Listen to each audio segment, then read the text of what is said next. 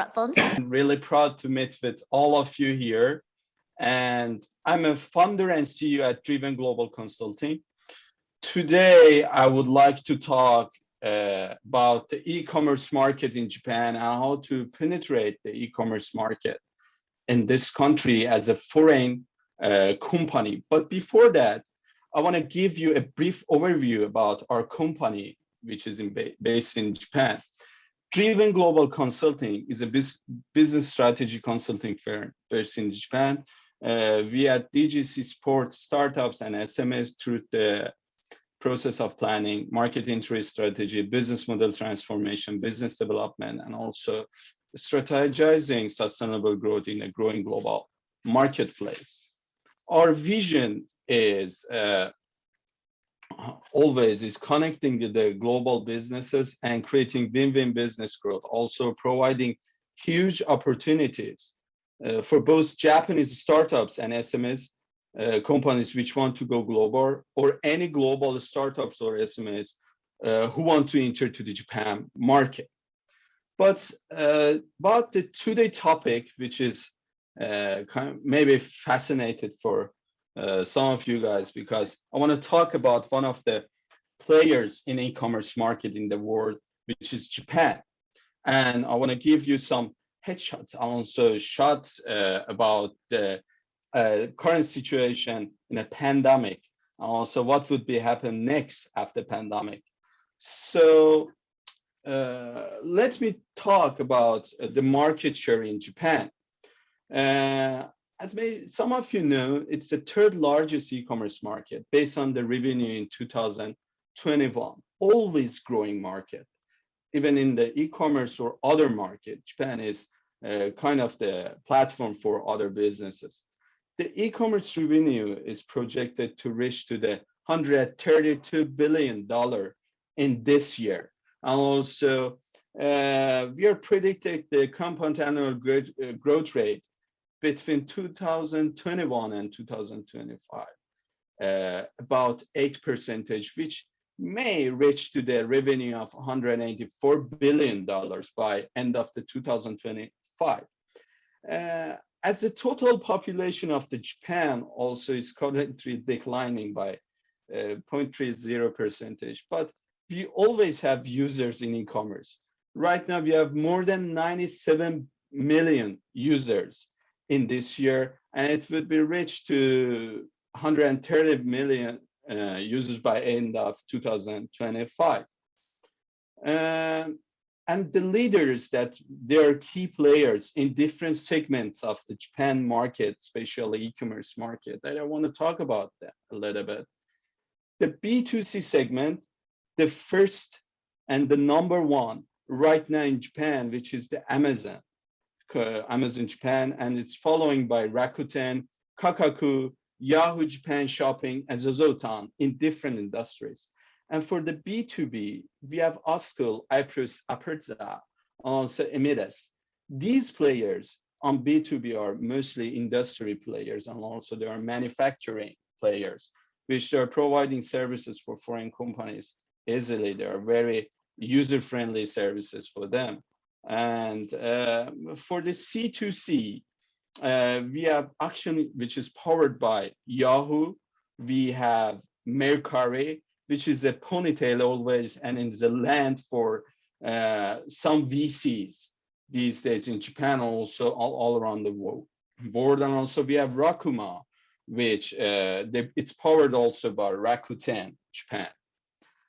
So during this year, we got some market trends based on our research in Japan. We got different market share in different needs by 2025 in 5 segments. The first segment is a food and personal care, which is the highest revenue. And these are the good for the foreign companies who wants to target it as the industry that they want to enter. Also the fashion, hobby, electronics, and furniture. These are kind of trendy segments for different players right now. And you know, during pandemic, the e-commerce market in Japan presents opportunity for international companies. The growth of overseas sales is evident for them.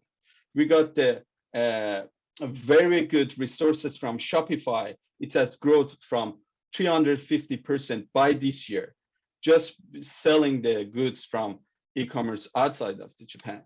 But before entering to the Japan market as a global business partner or as a international e-commerce market, you need to know some strategy, some specific strategy to enter to the Japan market. We got some research. We have right now some customers that we are supporting them through the entering to the Japan e-commerce market from abroad, that I want to share with you just 6 of these tips because of the time. So the first thing is a very important point, which is make the user-friendly website. Japanese population, Japanese people, they're speaking in their native languages. I can name that more than 95, 99%. I can say 100%. So it is very important for them to have the Japanese website. And you need to make the customer services as well in Japanese before you want to come here. For the Japanese side, you need to make the contents very informative, because Japanese love to, read a lot about your product and services. So as a foreigner, as a e-commerce company who is from abroad in Japan, it is a good point for you. It's a competitive advantage among your competitors. The second part can be, appropriate timing to sales. You need to have a great targeting for the sales. The best time in Japan is the time that employee has have their high salary from the bonuses from, for example, end of the year or holiday sales or 14th of March. These are the good times. So timing on sales is very good. And you need to have the highest security on your website and platform or application. We did some research. Only 37% of users are satisfied when they're purchasing the products through the e-commerce platforms. So make trust with them, make the highest security, put benchmarking on them. So it would be help you as well. Another thing, which is the fourth one, is the legal procedures. Do any licensing, to have the authority to sell before coming to Japan. For example, for this procedures, you can talk with the lawyers in Japan that they can, provide service, or companies like us, we can provide this kind of services for you, or talk with the government if you have the, parties, or talk with the, your distributor. They can provide these services for you before coming to Japan. Tie up with the Japanese e-brands. This is the best strategy that works for all companies, that they want to come to Japan and they want to expand as well. Because when you come to Japan, you can increase your brand image. And by increasing your brand image, you can sell better, because Japan's shopping and payments culture is unique and has marked differences to Western markets. So you need, as a newcomer, some boost platforms. So you can talk with, tie up with some platforms like Yahoo, Rakuten, or Amazon, and boost your products or advertise them. After that, when you get the brand image, you can do it as a solo panel here. The last one that I want to say, which is the pain reliever products. Please design your product that fit with the customer needs in Japan. One problem or one example that I want to give you, when the operation cost in Japan is increasing, the producer they make the product smaller. For example, we can say cookie, the smaller and in the same price. So the customer, they want to find the better product in abroad. So the e-commerce market is the best way to them. So they are searching online to find the same product that they want. So please consider all of these 6 tips. And I want to say thank you so much. for all of you. This is the end of my presentation. And if you want to hear more about us, also our help, we are happy to help you here. I want to ask my colleague, Mrs. Nisan Emati, who is in charge of customer relations in DGC, to speak out in Japanese and talk about the e-commerce market. Nemati-san, Thank you. よろしくお願いします。Thank you. So はい、皆さんありがとうございました。では私は、皆さんが説明したものを日本語でももう一度説明しますので、まずはここをシェアしま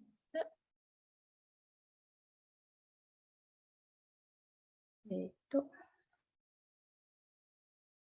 はい。私はネマティネスです。よろしくお願いします。デリバングローバルコンサルティングでは顧客関係のことを担当しています。今日は日本語での e コマースについてお話ししたいと思いますが、その前に会社を少し、紹介できたらいいなと思います。デリバングローバルコンサルティング株式会社はスタートアップと SMEs をサポートする営業、戦略コンサルティング会社です。市場に入るための戦略の計画、時代に、合わせて、ビジネスモデルの更新、そしてどのように成長を維持させるかを、計画的に考えることでグローバルマーケットの対応力を促進させるような会社です。では DGC での我々の、目標はどういうことかっていうと DGC のミッションとはグローバルビジネスの絆を促進させるということです。さらに、国際市場を目指している日本のスタートアップと SMEs はもちろん日本の市場に入る海外の企業にも、貴重な機会を与えることも我々の目標です。では、今日パンデミックにおける日本の e コマースについて簡単に説明させていただきます。2021年、日本の e コマース市場には15兆円の収益があって、世界で3番目に大きな市場となりました。日本の市場拡大は今後数年間続くと予想されています。現在、日本の総人口は毎年約 0.3% 減少しているため、e コマースが急速に、支配的になりつつありますので、今後4年間の、成長率は 8% になると予想されています。または約9700万人のユーザーは、この、期間を少なくても一つの商品をオンラインで購入することとしています。次には、日本の e コマースを代表とするビジネスから顧客市場のリーダーを紹介します。1、Amazon Japan。Amazon Japan、楽天、価格、Yahoo Japan、ZOZOTOWN。または消費者間市場あるいは C2C としてのリーダーは1、ラクマ、2、メルカリ、3、オークションです。さらに B2B としてのリーダーは、アスクル、イプロス、アペルザ、エミダスです。では、2021年に、購入される商品の区分の、人気ランキングでは、1番目、フードとパーソナルケアで、日本最大の区分となっていて、続いてファッション、趣味と DIY、電気製品、家具などとなります。最後に、国際企業として日本のe コマース市場に参入する方法についてお話ししたいと思います。日本での e コマースについての情報は以上となりますが、実際に日本で e コマースを通じて商品を販売し始める前に、以下のような具体的な戦略を持つ必要があります。1、利用者にとって簡単なプラットフォームを提供すること。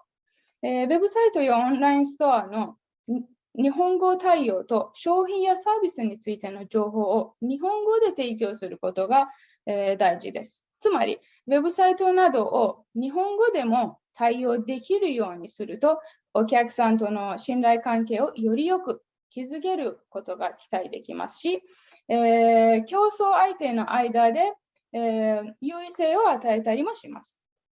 2番、適切なタイミングで販売することです。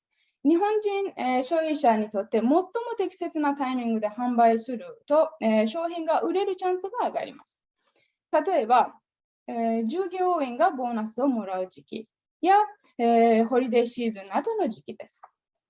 3番、アプリケーションまたはホームページで最高のセキュリティを証明することです。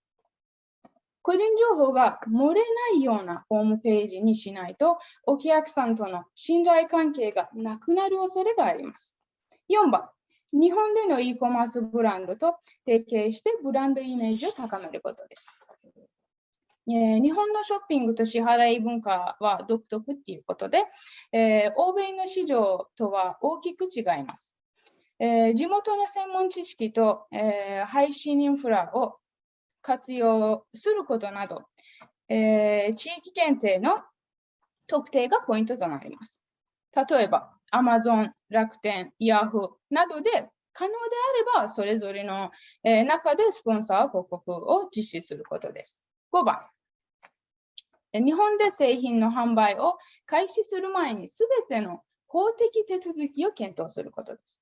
これらの手段に進まないということで、商品の販売はもちろん、市場参入することも不可能となります。6番、お客さんの満足に応えるような、製品とサービスを提供することです。日本の企業にとっての一つの問題は、生産コストが上昇している一方ですが、価格は同じままで製品のサイズが小さくなっているということです。これらの問題をどう改善するかを検討することが大事です。以上、e コマースを通じて日本の市場に参入できる戦略についてのお話でした。ご清聴ありがとうございます。興味のある方はご自由にご相談ください。ありがとうございます。